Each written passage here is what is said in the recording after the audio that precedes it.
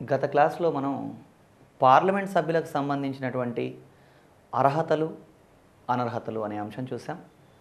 ఈ అర్హతలు అనర్హతల్లో భాగంగా మనం అనర్హతలు ఏవో తెలుసుకున్నాం.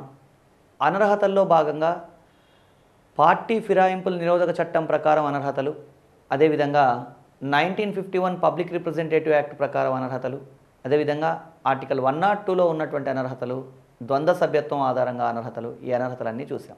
అంటే ఎవరన్నా ఒక పార్లమెంట్ సభ్యుడు ఈ అనర్హతల వల్ల అతను ఈ అనర్హతలన్నీ ఉండడం వల్ల అతను పదవీచ్యుతుడవుతాడు, అంటే పదవిని కోల్పోవడానికి అవకాశం ఉంది అని మనం తెలుసుకున్నామండి. ఇవి కాకుండా ఇంకా ఏమన్నా అనర్హతలు ఉన్నాయా, లేదా ఇంకా ఏ రకంగానైనా ఒక పార్లమెంట్ సభ్యుడు తన పోస్ట్ని, అంటే తన పార్లమెంట్ సభ్యత్వాన్ని కోల్పోయే అవకాశం ఉందా అంటే, ఇవి కాకుండా ఇంకా కొన్ని ఇతర పద్ధతుల ద్వారా కూడా, ఇతర కారణాల ద్వారా కూడా ఒక పార్లమెంట్ సభ్యుడు తన స్థానాన్ని కోల్పోయే అవకాశం ఉంది. అవి ఏంటి అనేది మనం గమనిస్తే, భారత రాజ్యాంగంలో ఆర్టికల్ 101(3) 101(3) ప్రకారం రాజీనామా చేసినప్పుడు తన సభ్యత్వాన్ని కోల్పోతాడు. అంటే ఎవరన్నా ఒక పార్లమెంట్ సభ్యుడు తన సభ్యత్వానికి రాజీనామా చేయాలి అనుకుంటే, రాజీనామా చేస్తే అప్పుడు అతని పార్లమెంట్ సభ్యత్వం పోతుందండి. అయితే ఇక్కడ ఈ రాజీనామా విషయంలో మనం అర్థం చేసుకోవాల్సిన విషయం ఏంటంటే, పార్లమెంటు సభ్యుడు తన పదవికి రాజీనామా చేస్తే ఆ రాజీనామాను సభాపతి ఆమోదించాలి. ఒకవేళ పార్లమెంటు సభ్యుడు ఏవైనా భావోద్వేగాల వల్ల రాజీనామా చేశాడని భావించినట్టయితే సభాపతి ఆ రాజీనామాను ఆమోదించడండి. సో కాబట్టి సభాపతి రాజీనామాను ఆమోదించినప్పుడు ఎవరైనా ఒక పార్లమెంట్ సభ్యుడు తన స్థానాన్ని కోల్పోవడానికి, అంటే ఆ పదవి ఖాళీ ఏర్పడడానికి అవకాశం ఉంది. అదేవిధంగా రాజ్యాంగంలో ఆర్టికల్ 101(4) ప్రకారం గైర్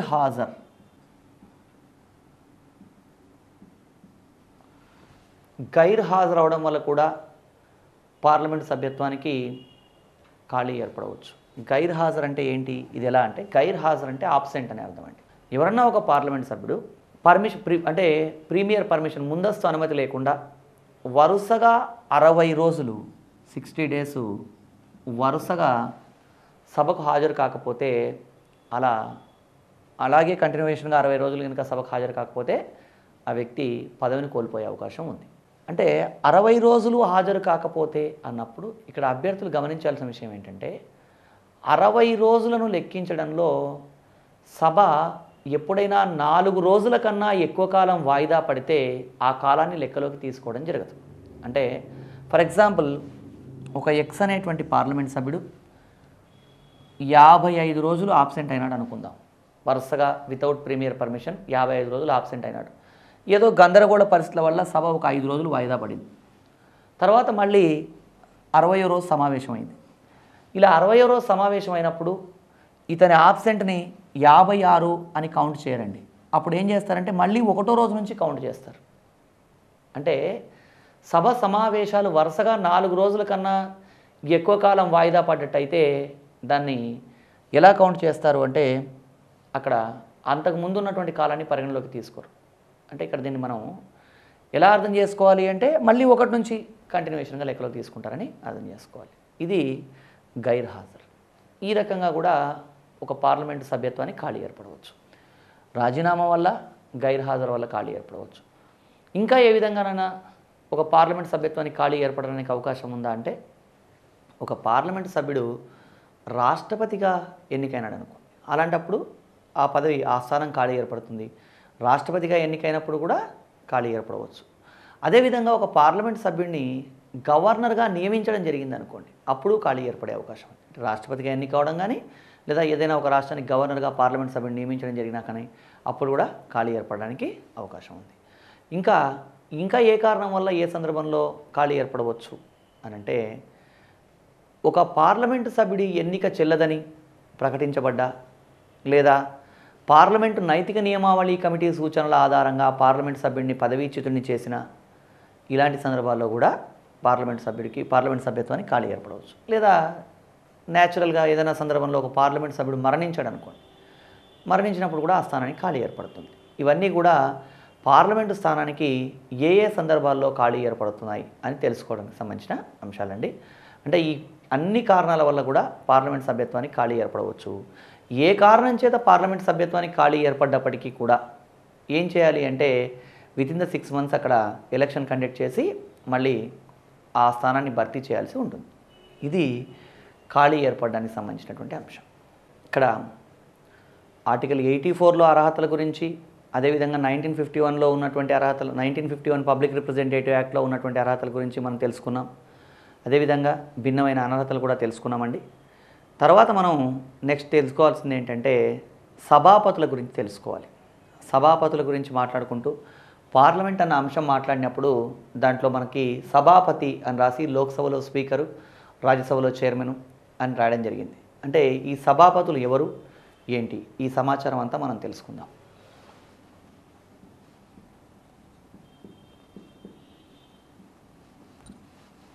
ఈ సభాపతులు ఎవరుంటారు అంటే మనకి లోక్సభలో అయితే స్పీకరు, డిప్యూటీ స్పీకరు,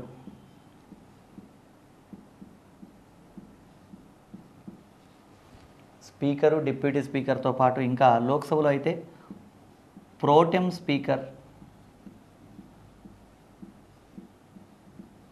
అదేవిధంగా ప్యానల్ స్పీకర్స్, వీళ్ళు లోక్సభలో వేరువేరు సందర్భాల్లో సభాపతులుగా వ్యవహరించేవాళ్ళండి. అదేవిధంగా మనకి రాజ్యసభలో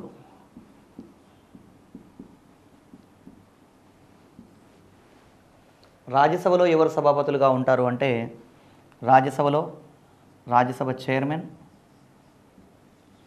అదేవిధంగా రాజ్యసభ డిప్యూటీ చైర్మన్,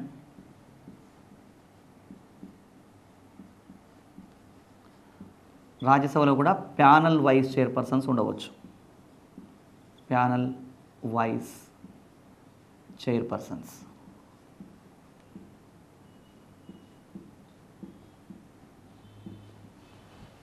వీళ్ళందరూ రాజ్యసభలో సభాపతులు. ఈ సభాపతుల్లో ఒక్కొక్కళ్ళ గురించి మనం డీటెయిల్గా తెలుసుకోవాలండి. లోక్సభలో మనకి speaker, deputy speaker, pro tem speaker, panel speakers అనే పదవులు ఉన్నాయి. ఏ పదవి ఏంటి అనే విషయం పరిశీలిద్దాం. ఫస్ట్ మనం ప్రోటెం స్పీకర్ గురించి తెలుసుకుందాం.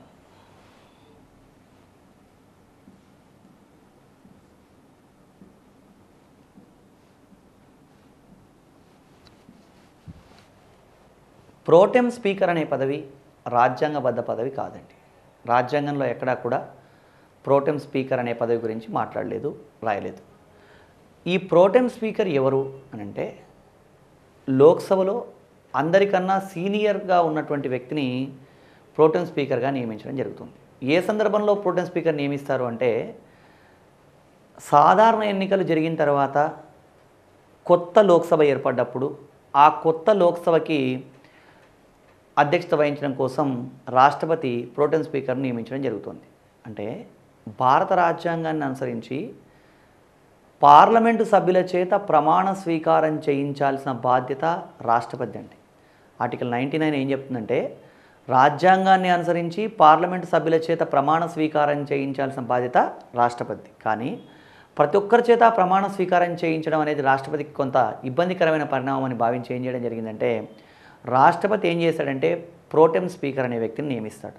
అంటే ఫర్ ఎగ్జాంపుల్ దీన్ని డీటెయిల్గా అర్థం చేసుకోవాలంటే ప్రస్తుతం మనం 16వ లోక్సభలో కొనసాగుతున్నాం.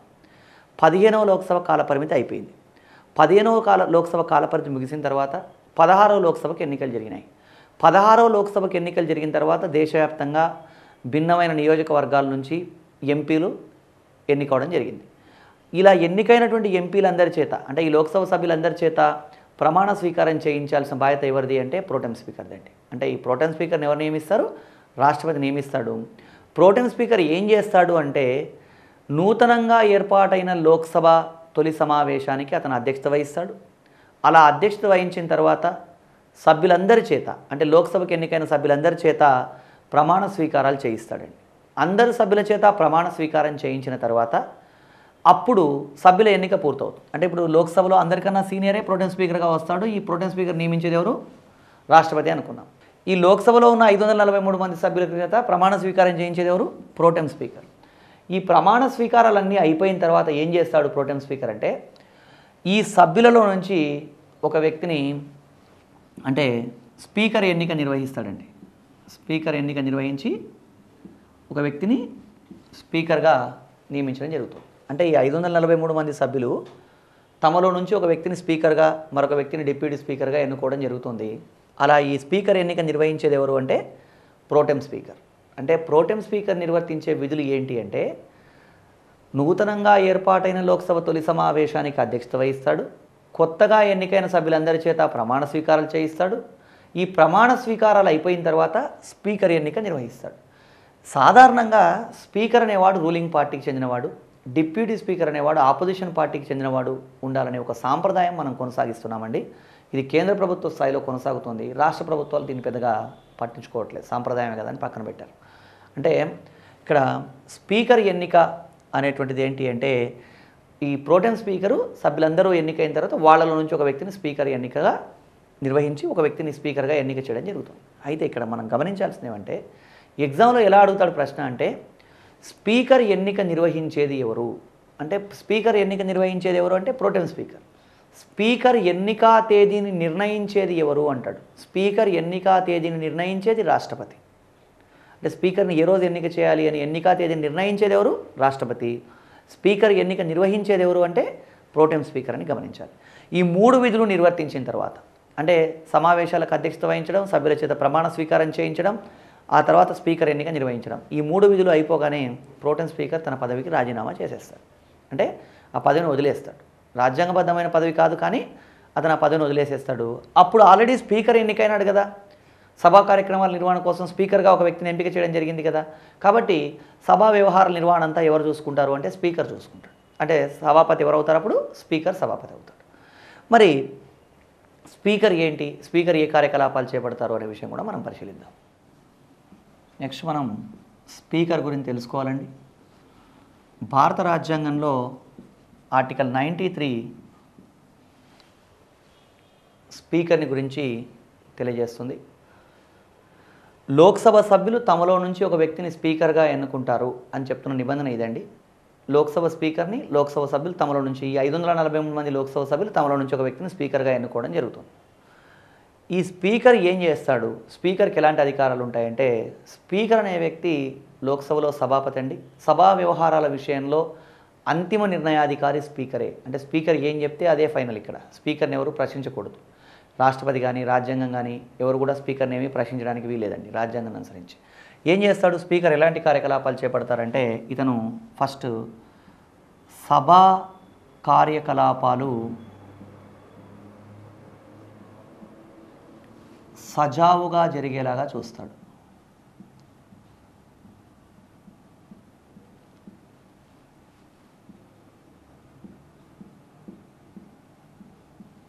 సభా కార్యకలాపాలు సజావుగా జరిగేలా చూస్తాడంటే సభలో ఎలాంటి గందరగోళ పరిస్థితులు ఏర్పడకుండా ఆ వ్యవహారాలని పర్యవేక్షించేది ఎవరు? స్పీకర్.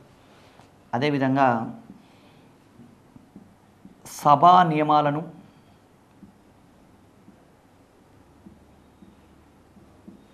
రాజ్యాంగాన్ని వ్యాఖ్యానిస్తాడు. సభా నియమాలను రాజ్యాంగాన్ని వ్యాఖ్యానిస్తాడు.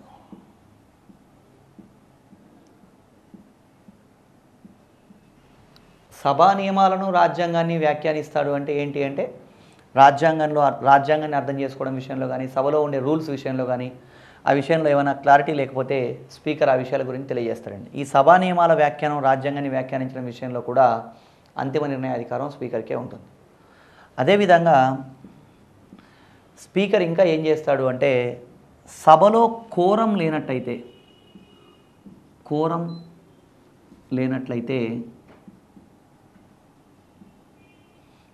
సమావేశాలు వాయిదా వేస్తాడు. సమావేశాలు వాయిదా వేస్తాడు. సభలో కోరం లేనట్లయితే సమావేశాలు వాయిదా వేయడం జరుగుతుంది. కోరం అంటే ఏంటి? కోరం అంటే కనీస సభ్యుల సంఖ్య. అంటే ఒక మినిమం నెంబర్ లేకపోతే సమావేశాలు జరగకూడదు. అదండి. అయితే ఈ విషయంలో కూడా స్పీకర్దే అంతిమ నిర్ణయాధికారం. అంటే ఇప్పుడు ఫర్ ఎగ్జాంపుల్ లోక్సభలో తీసుకున్నట్టయితే మనకి లోక్సభలో కోరం ఎంత అంటే ఎల్ఎస్ అంటే ఇక్కడ లోక్సభ అని అర్థం అండి. లోక్సభలో ఒక 55 మంది, రాజ్యసభలో అయితే ఒక 25 మంది కోరం అని నిర్ణయించడం జరిగింది. అంటే ఈ కనీస సభ్యులు లేనట్టయితే సమావేశాన్ని వాయిదా వేసే అధికారం ఎవరికి ఉంటుంది? స్పీకర్కు ఉంటుంది. ఇంకా మిగతా స్పీకర్కి ఇంకా ఇవి మాత్రమే కాకుండా అనేక ఇతర అధికారాలు కూడా ఉంటాయి.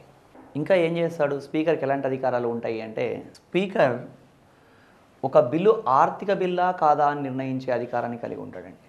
అంటే బిల్లును ఆర్థిక బిల్లా కాదా అని నిర్ణయించే అధికారం స్పీకర్కి ఉంటుంది. అంటే స్పీకర్ ఆర్థిక బిల్లు అని భావిస్తేనే అది ఆర్థిక బిల్లు, లేదంటే ఆర్థిక బిల్లు కాదని భావిస్తే ఆర్థిక బిల్లు కాదండి. ఏదైనా ఒక బిల్లును ఆర్థిక బిల్లా కాదా అని నిర్ణయించే అధికారం ఎవరికి ఉంటుంది అంటే స్పీకర్కి ఉంటుంది. అదేవిధంగా పార్లమెంటు ఉభయ సభల సంయుక్త సమావేశం, ఉభయ సభల సంయుక్త సమావేశానికి అధ్యక్షత వహిస్తాడు. పార్లమెంటు ఉభయ సభల సంయుక్త సమావేశానికి అధ్యక్షత వహించేది ఎవరు అంటే స్పీకర్. అంటే